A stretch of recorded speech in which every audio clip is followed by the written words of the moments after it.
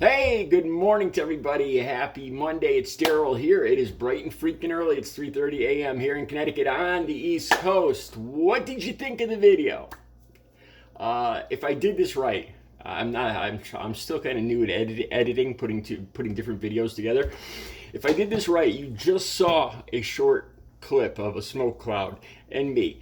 I posted this on my Facebook page on the story part with videos yesterday, and I want to talk a little bit about this. I want to ask you guys, how did it make you feel when you watched it? What kind of feeling did it evoke in you? I'm gonna guess my goal was kind of a fear and apprehension. Um, I put a lot of thought into this video, even though it's probably only about maybe 8 seconds long, if that. Uh, I consider this art. I really do, and let me tell you what the thought I put into it. Okay, first of all, no, I'm not using. Let me say this off the bat. It kind of had unintended consequences when I posted it on Facebook, because I missed like a lot of almost well every single day. I miss Audrey. A lot of times I put posts up there, and I put some heartfelt posts up yesterday, and those posts along with this video might have hit people the wrong way, might have gave people the wrong impression, and the music too. But part of me almost feels proud. The artist part of me almost feels proud that I was able to impact people, and that's the artist in me. Let me start at the very beginning. Yesterday, I went to the smoke shop. Now, I started smoking cigarettes when I was using. Yeah, 35 years old. I quit smoking. I quit nicotine. Yesterday, I quit nicotine. I haven't smoked cigarettes in, I'm not even counting, about 7 or 8 years. But I do smoke. I bought a new vape yesterday. I bought this. Oh, here it is. Here's the vape, actually. It's a nice one. And a couple bottles of zero nicotine vape juice. It's vegetable oil or something like that. It's about as close as you could get to being healthy, to simulating smoking and be healthy as you can get. Here's the receipt. $140 for just those three things yesterday. Okay, and I got home and I thought about making a video. Now,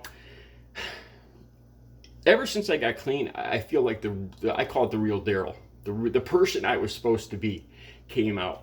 I got into art in a detox in Hartford, St. Francis Hospital detox, and they had an art program. As soon as I got out, I went and bought some canvases and some paint, and I got it, and I discovered that I had a talent for it. At first, I didn't even believe people when they saw my artwork. They had a shocked look, and I thought they were just being nice to me. I thought they were just trying to give me positive influence to keep me away from drugs, until I started actually selling some of these paintings for $400, $500, $600 a piece, and then I actually believed that I'm actually kind of good at this. Okay, this video, I intentionally made it dark. I was going for a feeling, kind of a scary feeling. All right, people that have used will know what I'm talking about. I wanted to capture the feeling. When I first started using, especially when I started using heroin and the harder drugs, I think I did it because I was trying to, part of me, I thought it made me feel tough. Like I didn't care if I died. Kind of almost suicidal. Not now. This is what I very first started using. I remember being in detox, and every heroin addict in there was they didn't say it, but they were kind of proud. Like, they didn't hide the fact that they were heroin users, because heroin scares people. And I don't know how to describe this. I remember being like, I was about 5 or 6 years old before my father died, and he was a firefighter. As a firefighter, he actually went to Woodstock, New York in 1969. To the actual Woodstock, and he was there as a forest firefighter. That was his job. Like, I've showed you guys pictures of him dressed up as Smokey the Bear. And when he got back, even at I was only 3 years old. I thought I was older than that. I was only 3 years old at the time. I was probably about 4 when I actually heard him. He had gotten back, And he was talking about his time at Woodstock. And he said this in front of me to my mother. He said, I saw a lot of acid and drugs there and other stuff. It was terrible. And now in my 4 or 5-year-old mind, I pictured, I knew what battery acid was for my toys and stuff. Don't touch it, it's dangerous. And I remember when I heard my father say there was a lot of acid there, I pictured a picnic table with battery acid burning through the table and people all sitting around crazy like zombie people. This is what I pictured. And yet I still went on. My father never used, my mother never used, but I went on to use drugs after my father died. And I think other addicts, I was trying to capture that almost horror story of what lured me into drugs. That it scared me, but it attracted me. And I also thought that part of it made me tough, made me scary. When I was 14, I moved to the wrong side of the tracks. We had to move out of the state house that my father was the park ranger, and we lived in the house inside the park. After he died, they didn't want to kick the widow and her kids out for quite a few years. By the time I was 14, they had to kick us out. And my mother got the best house she could afford, bought the best house she could afford. It was on the wrong side of the tracks, and I got in fights every day, and I toughened up.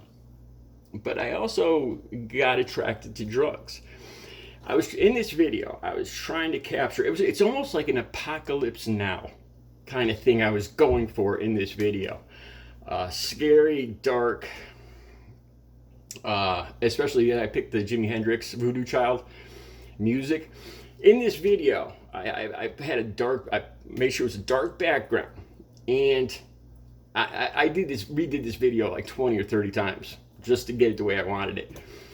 As the smoke hit right here, I wanted the slow motion to kick in, and bam, bam, bam, you know, and just so it blows out, and then just as it expands, bam, bam, bam, you know, I put a lot of thought into this, and it covers my face.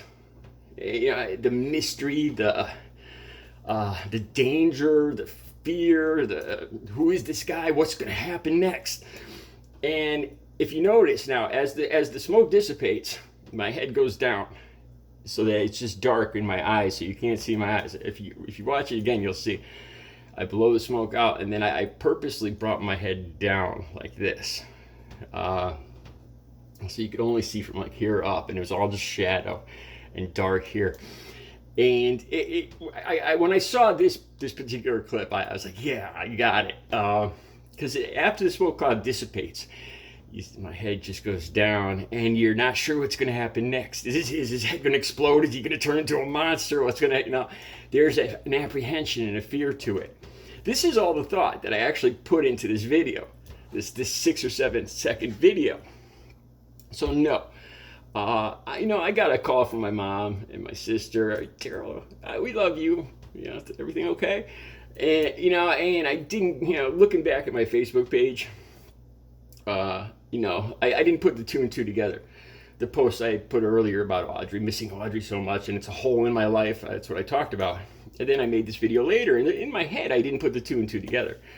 But people saw this, and they kind of put it together. And that honestly, that makes me feel good, that people care about me, that they watch, they make sure that I'm okay, that they care enough about me. But I'm just fine. Like I said, it's a brand new vape. Just bought it yesterday. 0 milligram nicotine, and it's artwork. It really is. Believe it or not, I put a lot of thought into this video. I'll see if I can put it up again right now so you can see it one more time as this video ends. All right. Recovery is possible. I've been clean for 15 years and over 8 months, since October 23rd, 2006. Recovery is possible. Have a great Monday.